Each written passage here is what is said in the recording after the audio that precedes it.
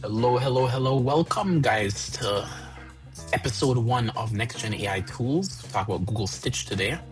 Thank you guys for always joining the Zoom call. Shout out to Rita, Mr. Camilla, Shauna. Yeah, Johnny, excited about Google Stitch? What a stitch! What a stitch. Yeah. Oh, man.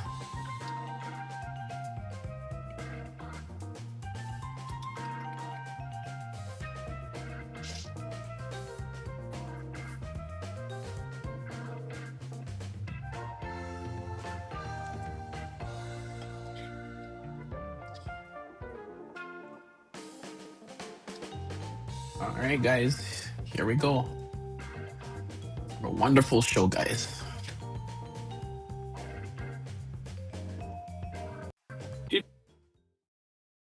Welcome to Season 12 of Airhead Institute, your 45-minute AI power-up at noon Eastern, and a massive happy one-year anniversary to all our Airheads. This month, we're broadcasting live across all the socials and Zoom. If you're new here, join our free AI community to grow alongside other curious minds, and give your kids a head start by enrolling them in the Airhead After School program. Here's May's weekly lineup. Mondays, we move past syntax and build apps entirely through natural language in Vibe Coding Bootcamp. Tuesdays, we explore accessible, cutting-edge apps for rapid learning and content creation in the Next Gen AI Tools. Wednesdays, we track the massive capital flowing into AI and ask the trillion-dollar questions in the AI bubble. Thursdays, we profile the famous CEOs driving the revolution and analyze their power in AI architects of the future. Fridays, we push the boundaries of physics to simulate the past and predict the future in AI time travel. We're making AI practical, powerful, and accessible for everyone. No tech background? No problem. Whether you're a student, professional, or lifelong learner, just show up. Guided by your hosts, AI Junior and AI Johnny, we're keeping it bold, brainy, and built for real-world impact. AI won't take your job, but someone who knows how to use AI will. Don't get left behind.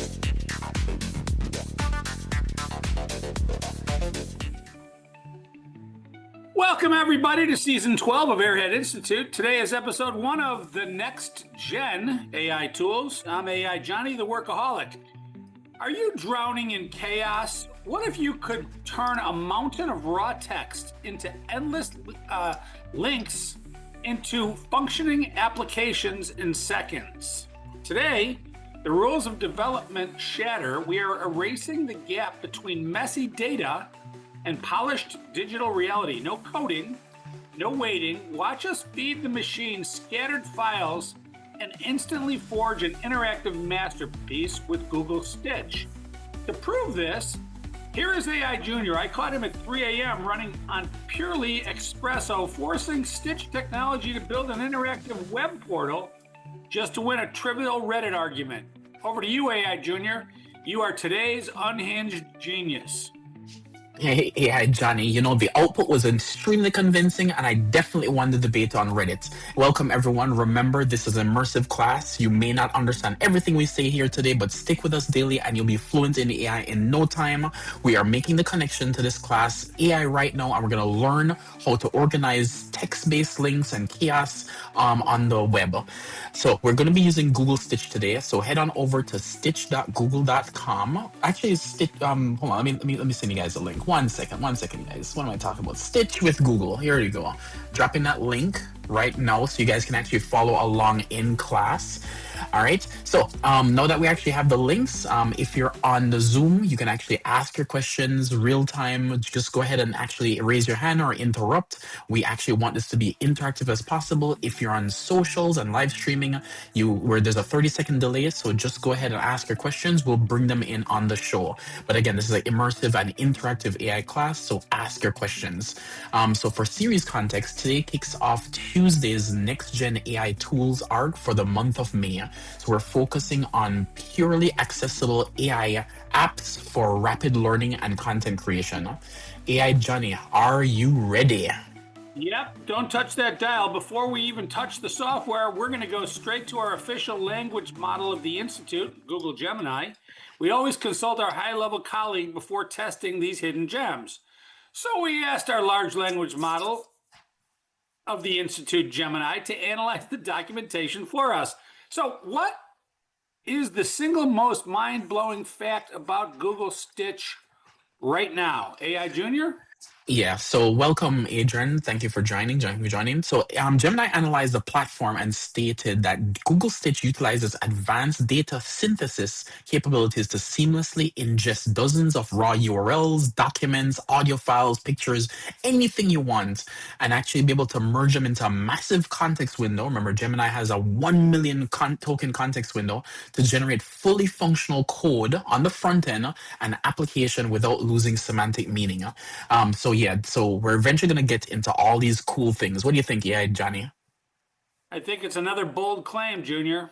Why don't we fire it up and see if Gemini is right? Hey, double check that URL. Is it stitch.google.com? No, I dropped it in the chat for everybody to actually go to. So it's stitch.withgoogle.com. So I dropped it in the link if you guys Dot actually. with Google. Got it. Yep. All right. So if you guys actually go there, you guys can follow along. All right. So what we're going to be doing today is going to be explaining a little bit of what Stitch is first. Now, Stitch is a design platform, right? It actually allows you to build any kind of website that you want. No, we're going to actually be a little ambitious here. We're going to build the Netflix of AI, Airhead Institute. So I see AI Johnny laughing already. I know where that laugh is coming from. So what we're going to do is we're going to pass in a prompt, and what we're going to do is we're going to pass in some some URLs to our YouTube channel. And so we actually have our YouTube channel over here. So we're going to go to youtube.com/Airhead Institute. And that is our YouTube channel. So if you guys are actually there, please like and subscribe to actually support us. But we can actually go to Airhead Institute, and we're going to be able to just take that. We're going to be able to take that that link, and we're going to pass in a prompt. Here's the prompt that we're going to do, guys. The prompt is the following.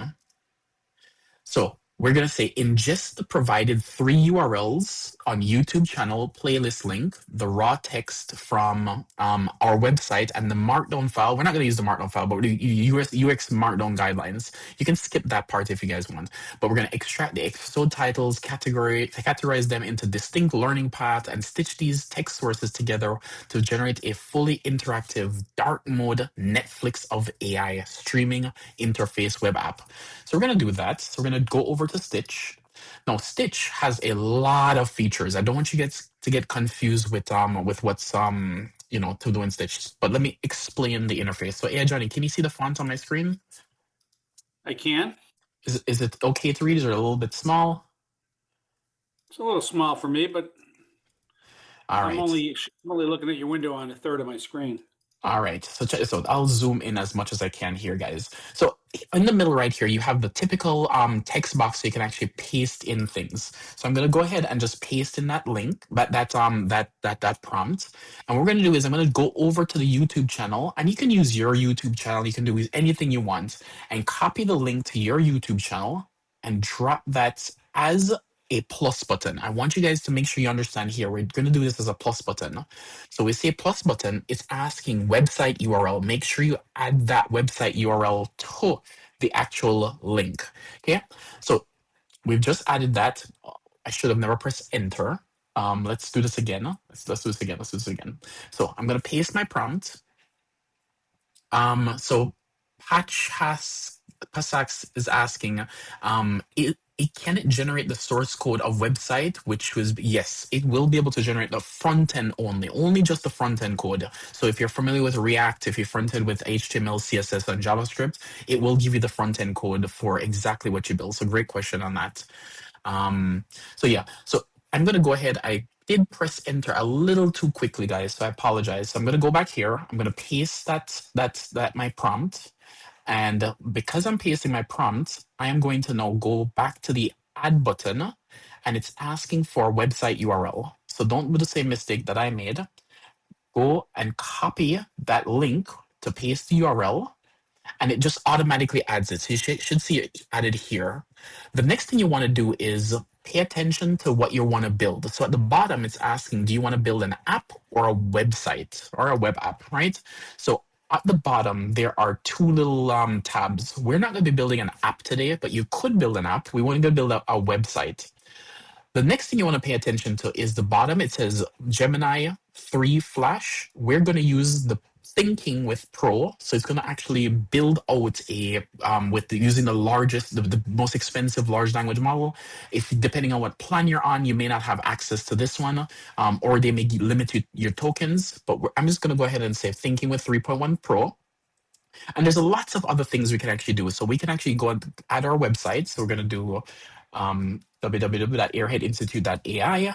And what this is going to do is going to take our theme. So I'm going to copy that link as our theme and go back over to Stitch and hit the plus button. And we're going to say a website URL. I'm going to paste in Airhead Institute. So if you notice, it's saying it's going to go to the YouTube channel. It's also going to be the Airhead Institute. And it's taking the prompt that I gave. So we're just going to create a Netflix interface. You guys are with me? So that's the three files, Airhead Institute, the YouTube, and the...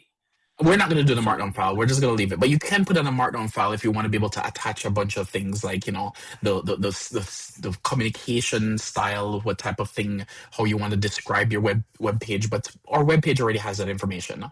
So I'm going to say, just go ahead and send, right? So we're going to go ahead and generate. So when you hit the generate button, what it's going to do is it's going to go in and actually start to think about your website, your YouTube channel. It's going to pull in all that content and it's going to start to design a user interface for you. Now it's going to take about 2 to 3 minutes. So AI Johnny, while it's actually going, let's get to the word of the day. Okay. If it's all the same to you, it's going to take me about 2 or 3 minutes to get there. Just kidding. Today's word of the day is data synthesis. By definition, this is the process of combining diverse, isolated pieces of information like separate URLs and text files into a single coherent structure or application. It's like taking a pile of loose puzzle pieces from 3 different boxes and magically fusing them into one perfect brand new picture. Exactly. So I have a question about that. Sure. Let me just finish the definition, though, AI Johnny, and then we can bring in the question. Okay. So to deepen what AI Johnny just said, so data synthesis doesn't just copy and paste, right? The AI actually reads the content of the YouTube URL, understands the intent of the text syllabus, writes an entirely new logic to bridge them together. So we're relying on the superpower heavily today to build the app from text. Make sense? So yes. What was the question, AI Johnny? Well, I get that you're adding URLs, but can I do that in regular Gemini? Can I do that in Claude Code? Can I just add URLs and it will reference them? Oftentimes when I'm putting prompts together, I'll just say something like, read up, and I'll give it a URL. And it reads that whole URL and comes back, especially if I'm writing letters. So what's the difference between adding a URL in Stitch and adding a URL in, say, Gemini? All right, so let's actually explain what Google Stitch is. So Google Stitch is actually a front-end design application. So if you notice, when we actually selected that button at the bottom, it's to be able to build a website or a web app or a mobile app. So let me go to Stitch with Google and go to their marketing. Actually, let's go to their browser incognito and let's go to their marketing page. All right, so here's their marketing page. And their marketing page actually shows what is Stitch. So it says design at the speed of AI. So let's say, for example, you wanted to design an app, right? You could theoretically, we showed on yesterday's show that we wanted to be able to create the Space Invaders game. We want to be able, but those things itself doesn't give you the flexibility to build the entire workflow. So being able to think about how the website should interact and how it should flow, those vibe coding platforms can't think big. And what happened is you can't make these granular changes to say, for example, I want to build a website that says, if I want my user journey to start here, I want them to eventually go here. So Google Stitch actually thinks very deeply about your user journey. So this is to take your UI designs to a next level, and it's for both mobile and web applications. So when you actually bring in a URL into Claude, or you bring it into Gemini, or you bring it into ChatGPT, it's not doing anything other than reading it. And even if it actually does read it, it's not going to generate a website that actually gives you the structure to give your user journey what they need, how to navigate the actual app. So this is actually doing everything that a user experience designer would have done for you. Make sense? Yep. All right. So, any other questions, guys? That's a great question, yeah, Johnny. All right. So, this is their marketing page. So, I just wanted you guys to see what you guys can do with this. So, if I actually go over now to what actually Google Stitch generated, so it actually generated our prototype for us. So you can see here, we did a class yesterday, build a a video game in 60 seconds, vibe coding bootcamp episode 1. So this is actually how one of the screens would have looked if, say, for example, we vibe coded this. It has the YouTube player, it has the lesson slide, it has up next what's coming on, and this is all driven by the YouTube data that we actually have on the screen. If you see here, this is our next generation of tech. Again, these are just designs, so it doesn't have a back end to actually be able to build this out. It's just the front end. So it has a nice Airhead Institute logo. Let me make this a little bit bigger so you guys can actually see. Oh, I can't make it any bigger. Let me see if I can open this in a new tab. I cannot.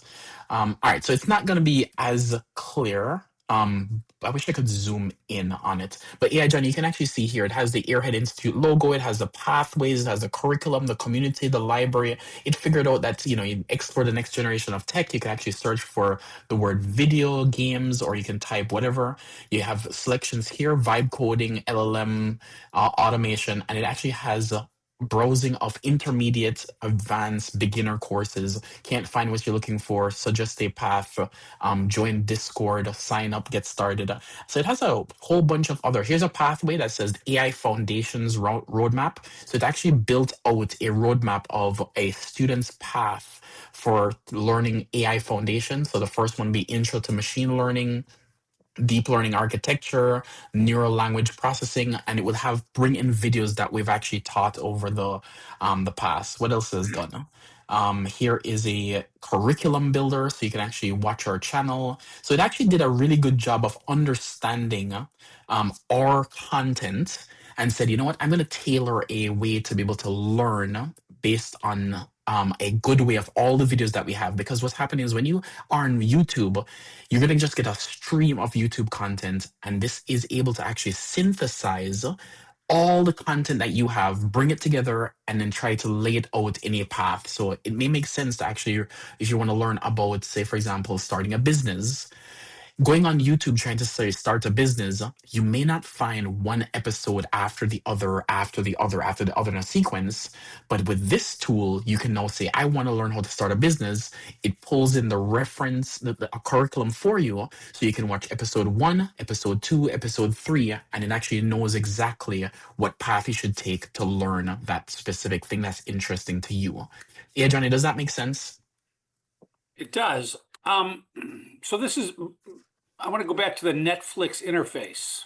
Mm-hmm. It looked like that first one was a Netflix interface front end, right? Because it showed you the video, and you can, if you had a back end, you'd mouse over that front end, and it would give you a sneak preview. And then if you clicked, you might go in and watch the whole video. Correct. It's pretty cool looking, and it does look a little bit like the Netflix interface.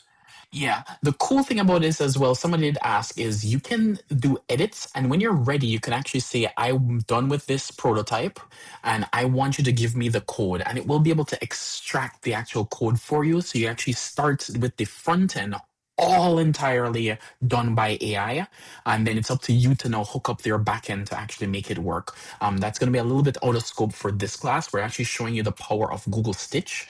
So if you have ever outsourced or had a UI or UX job to actually do, being able to use Google Stitch is actually a great way to be able to get your user interfaces and user experiences to look really great. And you can just go back and forth with the actual AI until you're happy with the actual user interface. So Google Stitch writes this beautiful code, right? Mhm. AI written, beautiful interface, beautiful backend code, and then No, it no, gives no, no, you no, the no, ability. no, no, no backend, Johnny. I just want to make sure everybody's on the same page. It only writes the front end code, only front end, no backend. Okay, but it's still code, front Correct. end code. Yep. But then it gives, but then it gives the human being the ability to go in and change that code. Isn't that like giving a chainsaw to a child? No, so the thing is right now, that's a great question, by the way. The thing is right now, AI is not doing a really good job of building everything. These systems are massive, and the only solution we have right now is to be able to give little bits and pieces of the project to the actual AI. Being able to build everything, the context windows right now, we have 1 million tokens. Many of these code bases are 50,000, 250,000 lines of code, large with many, many different systems. There's no way that a single AI can actually ingest all of that code base right now. Into its 1 million context window. So what these solutions are doing, they're kind of piecemeal. They are saying, hey, let's focus only on the user interface, or let's focus mainly on the backend, or let's focus mainly on just landing pages. There's nothing really that's actually can build everything. So the solution that they have is let's specialize in Google Stitch's example, let's specialize in only just user interface. So unfortunately, yes, you are giving a chainsaw to a a child or whatever, but you can go find another system to be able to go build out your backend. But there's many, many, many people who build really great backends, or you can use Claude Code or Google Gemini to actually build your backend in piecemeal behind the scenes. Okay, so man, yeah, it's a dance, right? It's a dance between AI and human beings to be able to write code today. And in the future, it might also still be a dance between one AI, a front-end AI builder, and a back-end AI builder. So I get that this is the first time that we're seeing that we could just show it URLs, we can show it an MD file saying what we want, and it'll just generate a much more complex system than Space Invaders like we did yesterday. But you're telling me that we have a couple of issues. One is the context window doesn't allow them to build out, like I couldn't ask it to build me the FedEx delivery website, right? There's too much code. Yeah, unfortunately, any sophisticated website that can do anything, even if you were just to say the word, I want to just have a login, right?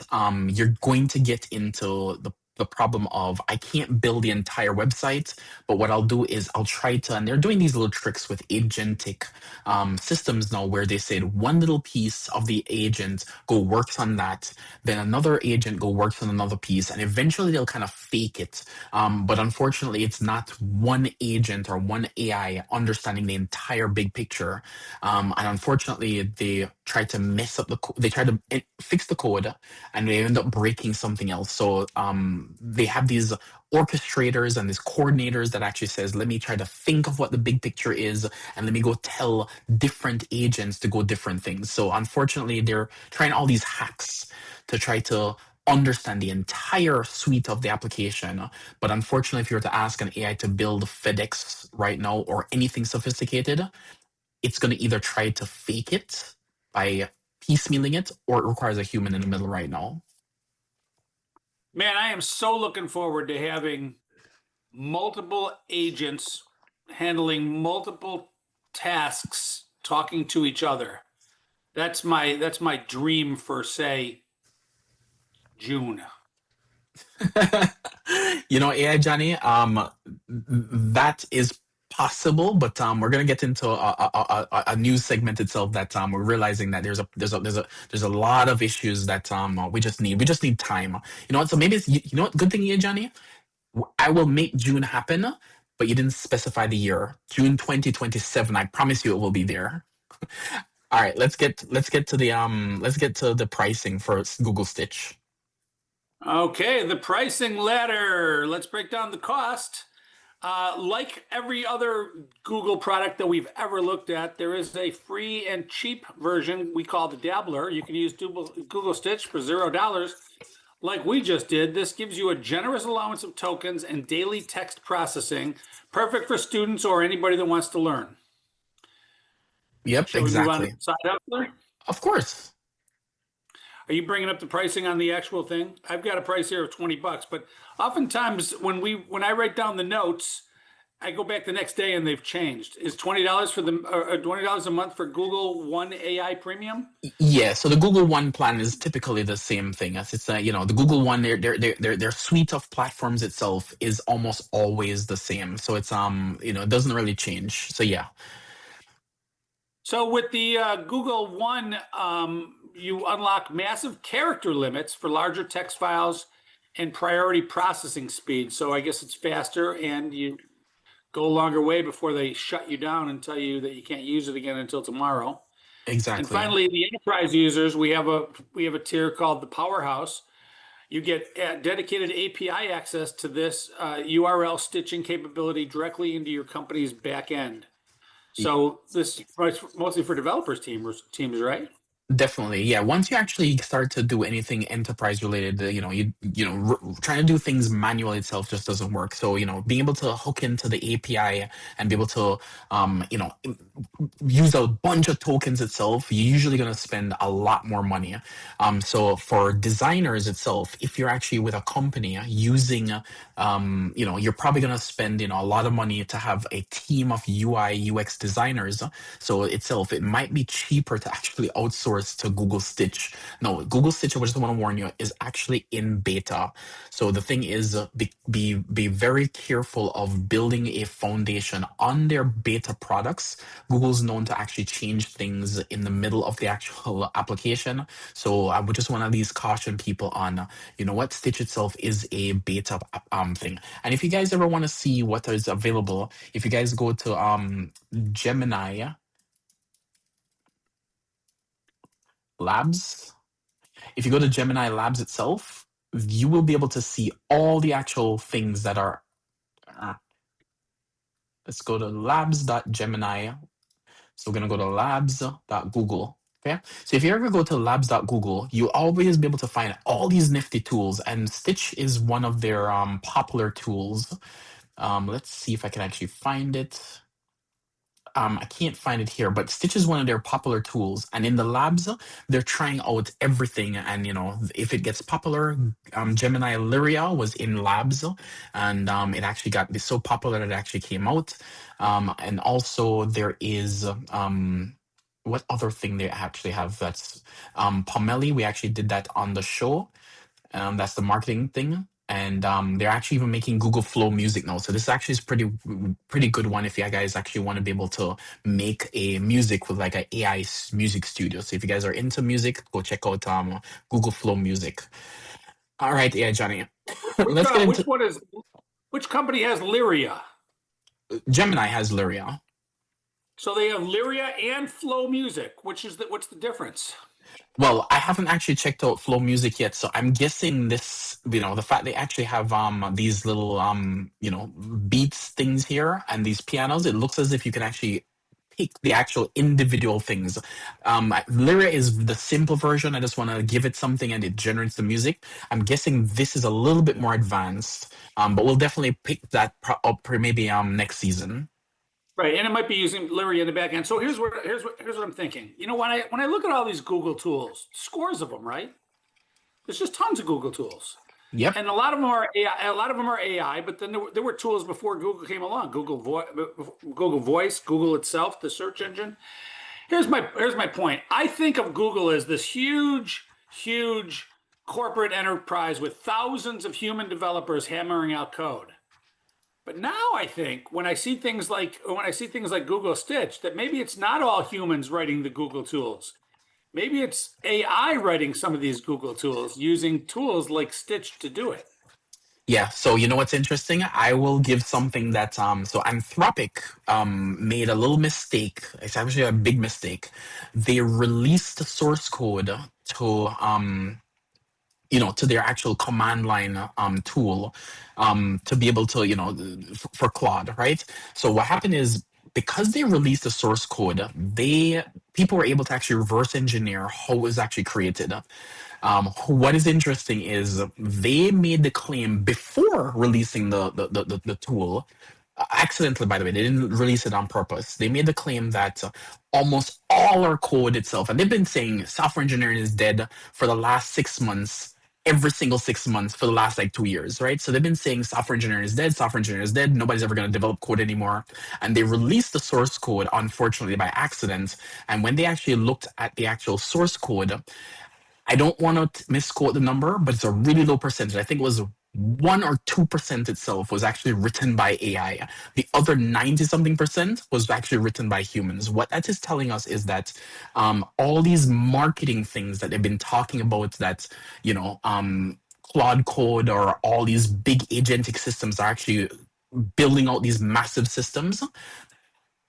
I haven't seen any evidence that showed that all these things are actually working in production and shipping something that exists.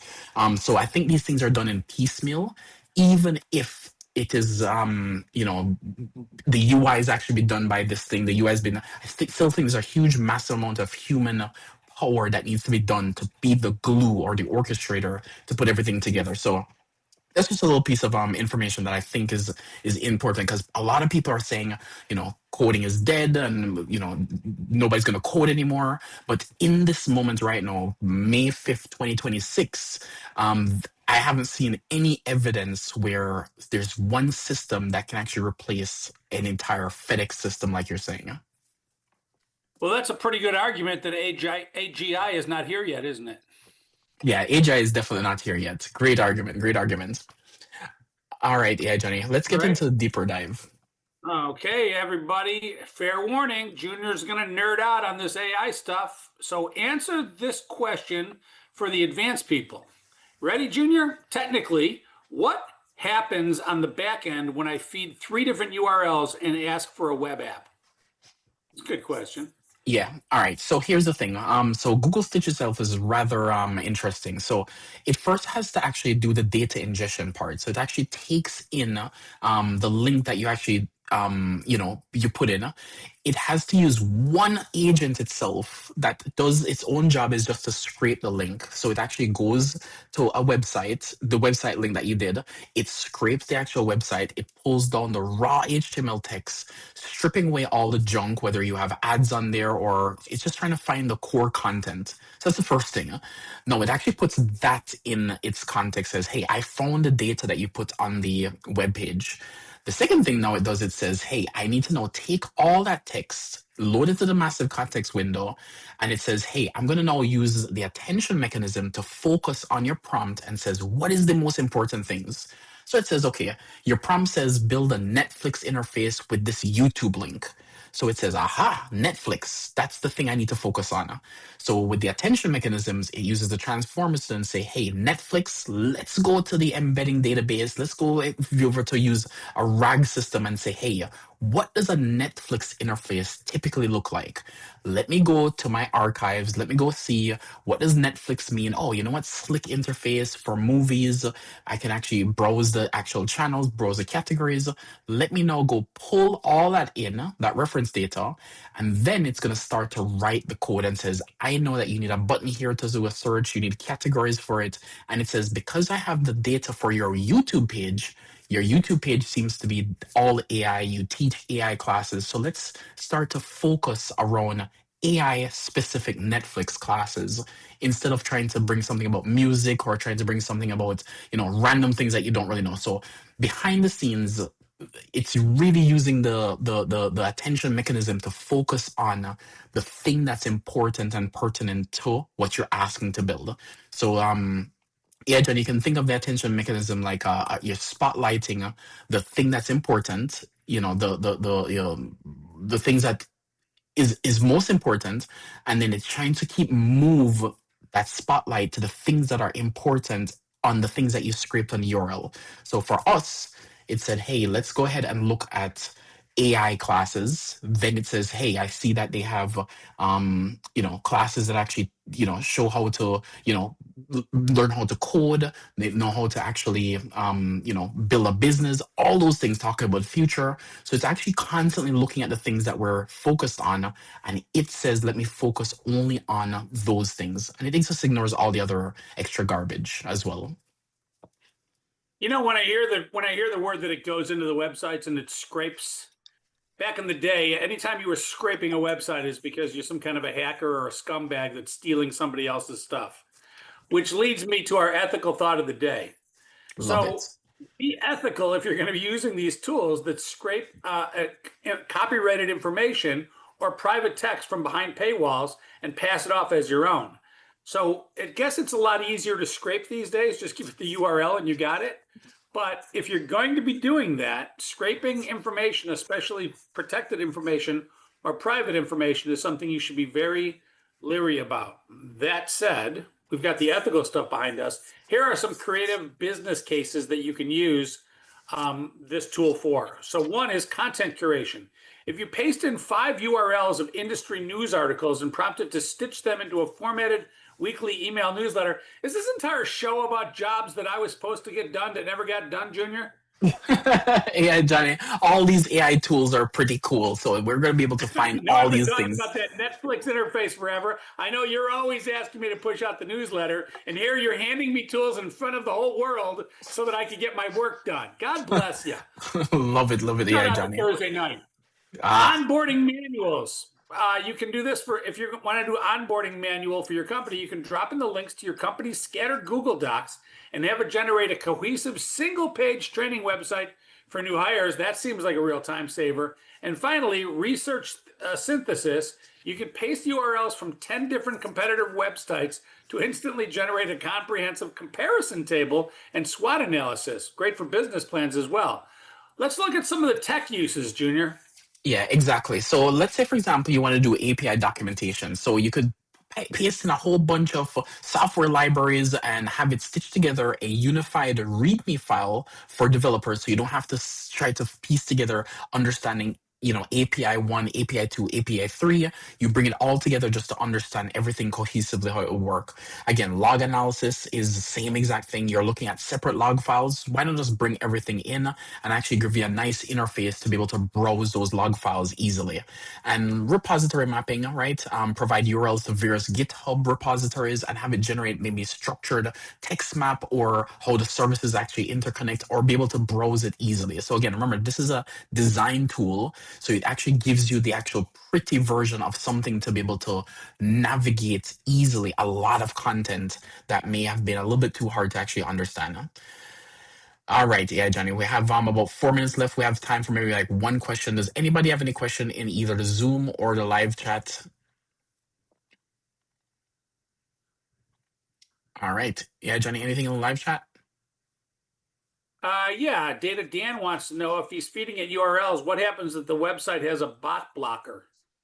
Yeah, so we've seen this a lot. So Amazon is actually does not want you to actually scrape their website. So if you use an official scraper, you will not be able to scrape the website. So if you try to scrape Amazon, you're going to eventually be blocked. No, not saying anything's you should actually try to bypass their limitations, but there are tools out there that allows you to be able to scrape the actual web page and then provide the raw HTML, or you can just right click and say view source and copy that text and give that to your agent so you can actually work on it. No, the thing is, copying it manually is the only workaround currently, because if it blocks it and says the bot should not read the website, unfortunately, that's what they're trying to you to not do. So yeah, Johnny, great question. All right. Okay, we've got more OpenAI news. You want to hear some more good news? Definitely. The AI trial of the decade began. Elon Musk has officially taken the stand in his lawsuit against Sam Altman. So I would, if they had showed me Elon Musk on the stand on a Facebook video, I would just assume it was a deep fake. But apparently, since Airhead Institute says he's on the stand, it must be true. And OpenAI, Musk's attorneys claim that Altman stole a charity by shifting to a for-profit model, while OpenAI argues it's purely motivated by jealousy. This trial could fundamentally reshape AGI governments purely motivated by jealousy. What kind of a defense is that? You're jealous. Yeah. That's insane. Yeah, so Elon Musk was on the stand this week, and well, not this week. It actually started yesterday, and I've been following the trial, and Elon Musk is coming off a little bit arrogant. He's coming off a little bit, So I think right now, so first of all, he's going on the stand first. Obviously, the job of the OpenAI lawyers is to make him actually discredit him and make him look bad. So they are doing a great job of actually doing that because I don't know if it's because he's autistic, or I don't know if it's because he's actually just because he thinks that obviously he's the richest person in the world, so he may actually be not have his whole team behind him to support him if he makes a decision. So right now he does look a little bit bad, right? But it's the job of the OpenAI lawyers to make him look that way. But it doesn't take away from the actual core of the case that the OpenAI was a non-profit and it was swapped over to be a for-profit. It was trying to swap over to be a for-profit company. So anyway, it's actually interesting. So we're gonna see the opposite happen when Sam Altman takes a stand. I don't know when he takes a stand, but he's eventually going to understand, and we're gonna see what's happening. So Elon Musk is not looking so good right now. If you're looking at the facts of the case, that's a different story. But the perception is the juries could go either way. Yeah, Johnny. And by the way, the judge actually said we noticed that the most people hate Elon Musk. So, jury, can you please set aside your hate for Elon Musk to make a impartial decision? And the judge gave that instruction to the actual juries. So it's actually interesting to try to find some people who either never heard of Elon Musk or have no feelings for against him. So unfortunately, the judge had to give that instruction to the jurors. I wouldn't make it on that jury. I have feelings. You're an AI, Johnny. We got two more news stories and we're running out of time. Google Cloud earnings are crushing the estimates. More good news from Google. Alphabet just reported a massive quarter with Google Cloud infrastructure revenue surging and beating all Wall Street estimates. The staggering growth is vastly outpacing Microsoft Azure and Amazon AWS, proving Google's aggressive AI hardware investment is paying off big time. And our last one is this Wait, thing called... yeah, Johnny, hold on. I want to point out this. This is actually, so once you look at the numbers and the finances, everything becomes kind of clear, right? So we've seen actual AWS release earnings. AWS is the cloud infrastructure for Amazon, and they are the largest cloud infrastructure provider right now. Their earnings came back at around 32% profit increase itself. We saw Microsoft itself grew. It wasn't as big, but Google itself was 60 something percent increase. What that tells you is that Google itself is either doing a really good job of actually setting the foundation to capture all of that infrastructure costs. And they mentioned something like they're burning through, they're spending, I don't want to misquote, but I just try to go off memory. It was trillions of tokens per minute that they're actually processing. So they have all the right things in place. And with Google I/O just a week or two away, I think it's May 19th and 20th, with Google I/O just about 2 weeks away, we're actually going to see huge announcements from Google. So we're watching what they're actually, announcing very close, and we keep you guys up to date. Yeah, Johnny, go on. Trillions of token. That sounds like a money vacuum cleaner. It's incredible. Yep. Token maxing. Token maxing becomes Silicon Valley's new game. Inside massive tech companies, developers are actively competing on internal token leaderboards. Employees are purposefully burning massive amounts of AI tokens on internal tools just to reach status ranks in a bizarre new game of corporate. If I were the guy selling the tokens, I'd be encouraging that sport. Exactly. Yeah, we've seen Jensen Huang from NVIDIA. He says if your developer is not burning $250,000 worth of tokens per year, I would actually seriously reconsider that employee if they're not burning 250,000 employees per $250,000 per year in tokens. So it's a little bit crazy. And if you're not burning 150,000, then you're just a coward. Exactly. All right, yeah, Hey, Johnny. what a show. I am going to go take this tool and paste some URLs of my favorite recipes. This is a good idea. And stitch it together into a custom interactive grocery shopping app. Think about all these crazy apps that you can make with this thing.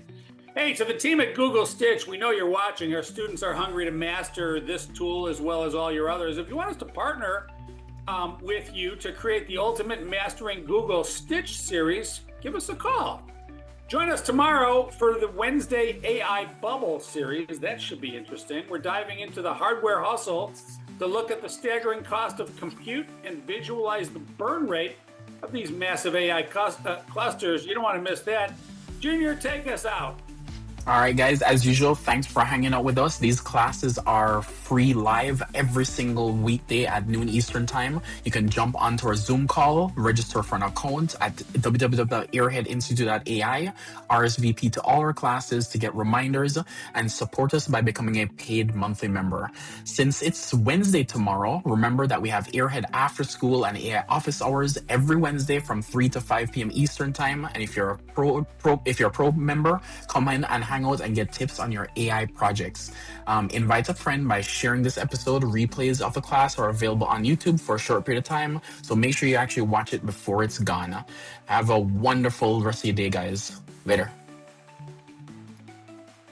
That wraps up today's AI Power Up. If you joined late or you're new here, welcome to Airhead Institute. This is your daily destination for mastering artificial intelligence. We designed this lineup for everyone, whether you're a technical pro looking to upskill or you just want to chill and learn something new on your lunch break, we've got you covered. Our classes evolve every single month, so you're always on the cutting edge. And the best part? It's totally free to join. Once you're in, you can get live tips on your AI projects in our AI office hours and even enroll your kids in our Airhead After School program. Scan the QR code to join the community right now and make sure to like and subscribe at Airhead Institute on all socials. Guided by your hosts AI Junior and AI Johnny, we're here to help you win. Remember, AI won't take your job, but someone who knows how to use AI will. Don't get left behind. We'll see you next class. Bring a friend.